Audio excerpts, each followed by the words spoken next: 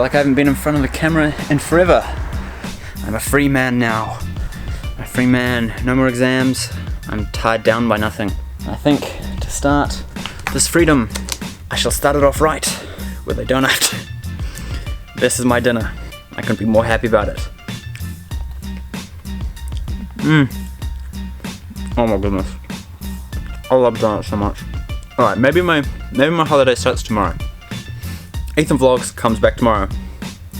After the donuts.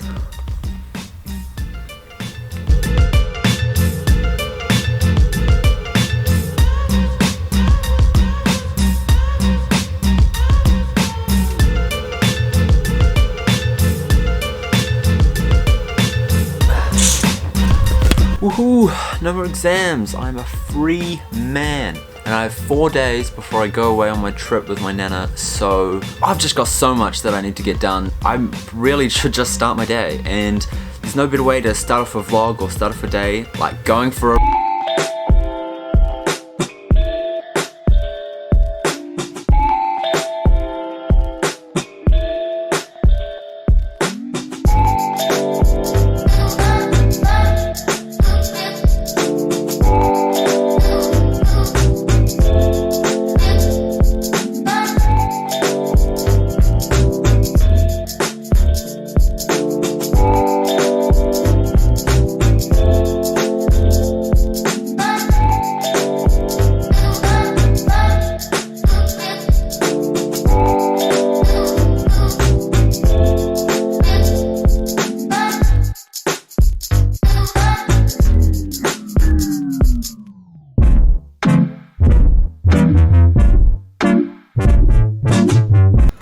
That's a bit wet really, but it is it's about 8k, about 4:30 pace. I kind of wanted to go further, but it's a bit wet. Oh well.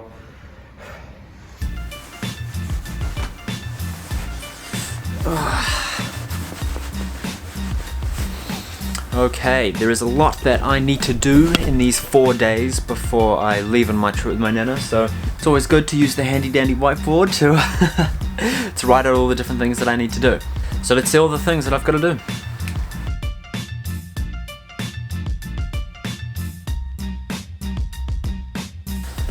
Okay, so I have finished my to-do list. I think there are a few things that we could tick off right now. Here we are again, shaving my head. Man, I really just kind of fell in love with the short hair. Like running and not having to worry about my hair. I never have to think about my hair, it's just out the way. But now that it's getting a bit grubby at the back and it's sort of getting in the way and it's a bit ugly sometimes, I think it's time for me to go back to the old... I'm gonna go number 3, so it's not that short, but I might go a bit short if it's not short enough. But here we go.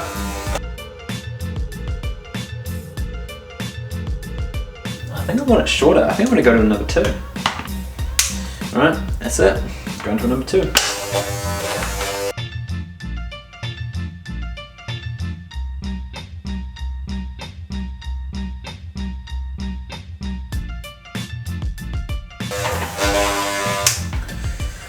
Whoa, there we go. Damn. Rosie, you come in for a second? I shaved my head. Again. I heard you talking in the bathroom. I was like, yeah, he shaved his head.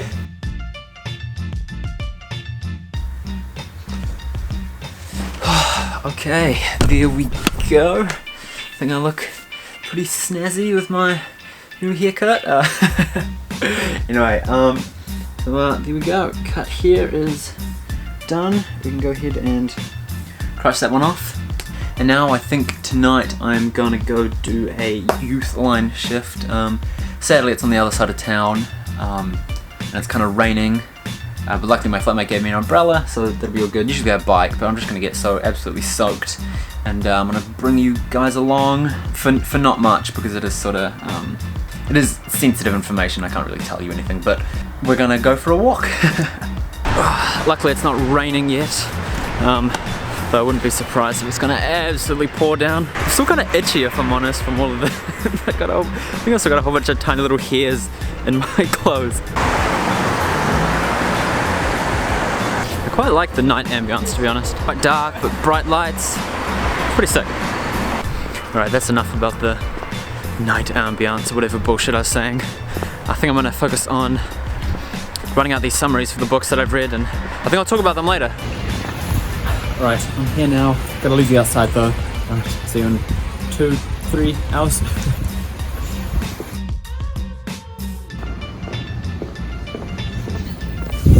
Right, and I'm done. Headed home. Just as I've been walking home, I was checking my phone, and I got my grades back for like this exam that I was so worried about, and I passed. Oh my goodness, I passed! Ah. Oh, I am absolutely over the moon. I've been so anxious about that. Congrats, Ryan. I did it! Nice work. Woo! So yeah, very happy I passed that exam, but anyway, back to the old board of things to do. So I finished the youth line shift. I'm probably going to go in tomorrow and do another one, but finished that, and also finished writing all of my notes for the books that I've read so far this year. And actually, I was thinking about doing a little book thing. So I guess I'll do it now. I'll give a little review, I guess, of the books that I've read recently, and just kind of tell you some of my notes that I've written from reading the books.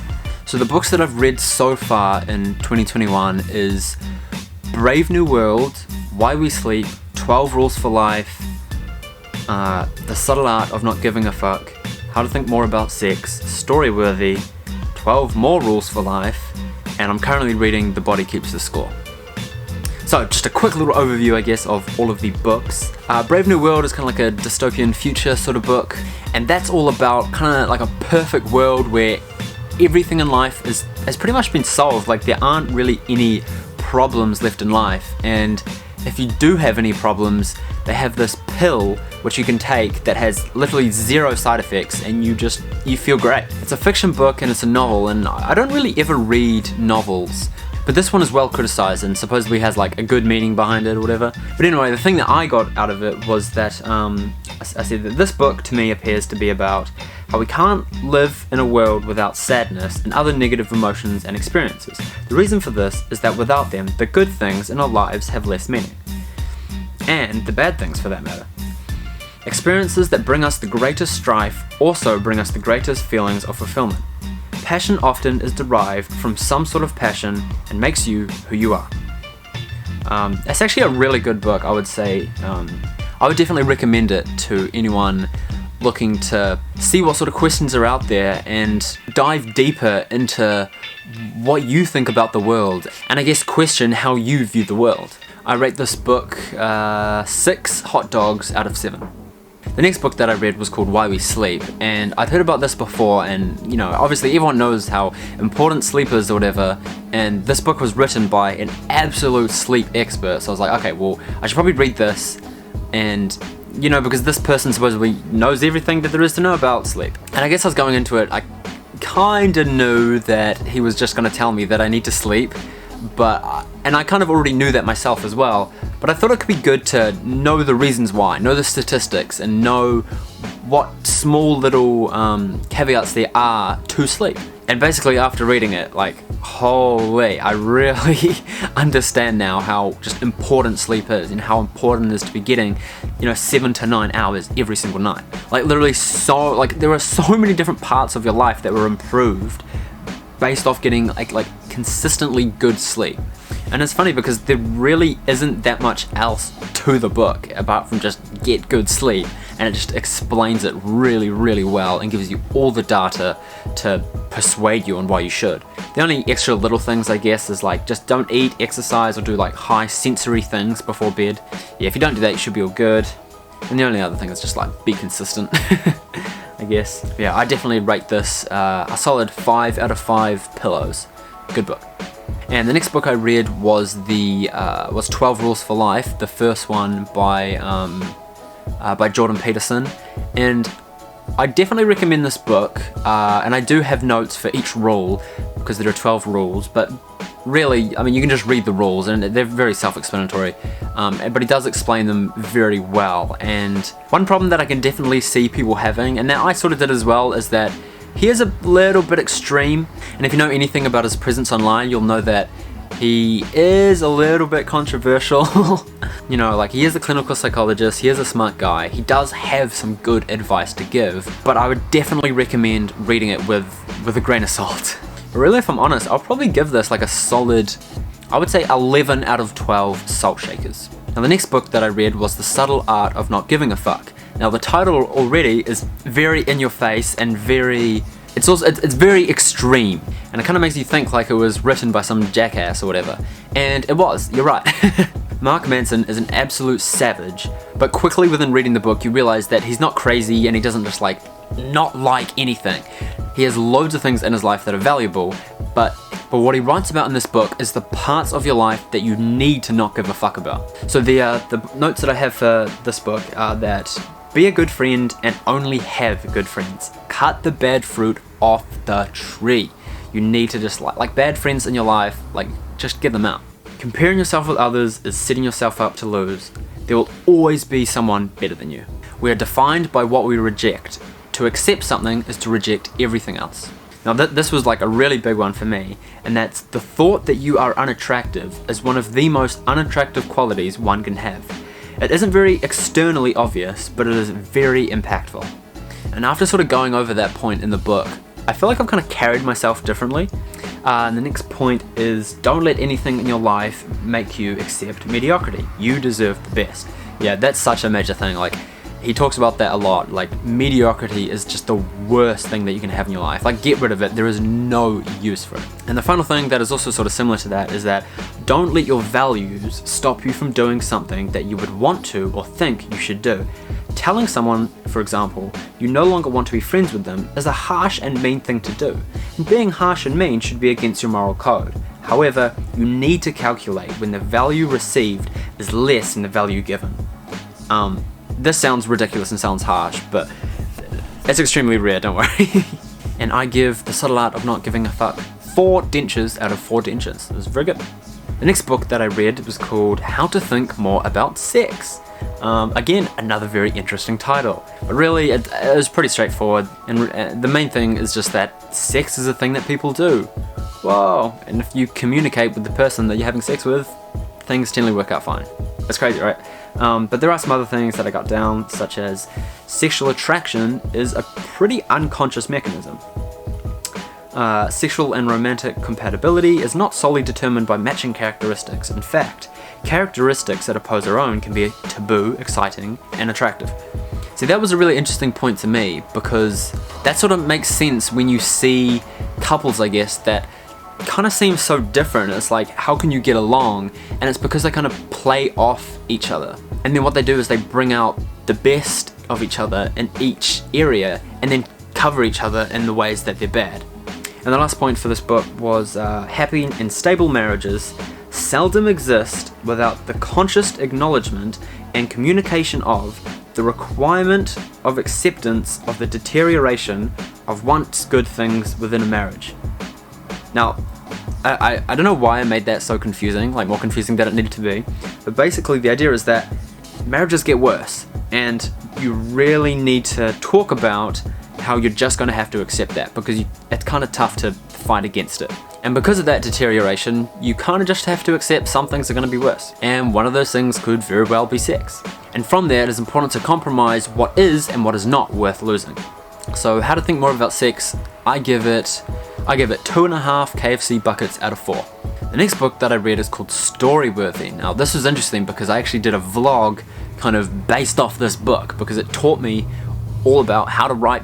And it really just changed how I view writing stories and how I view telling stories.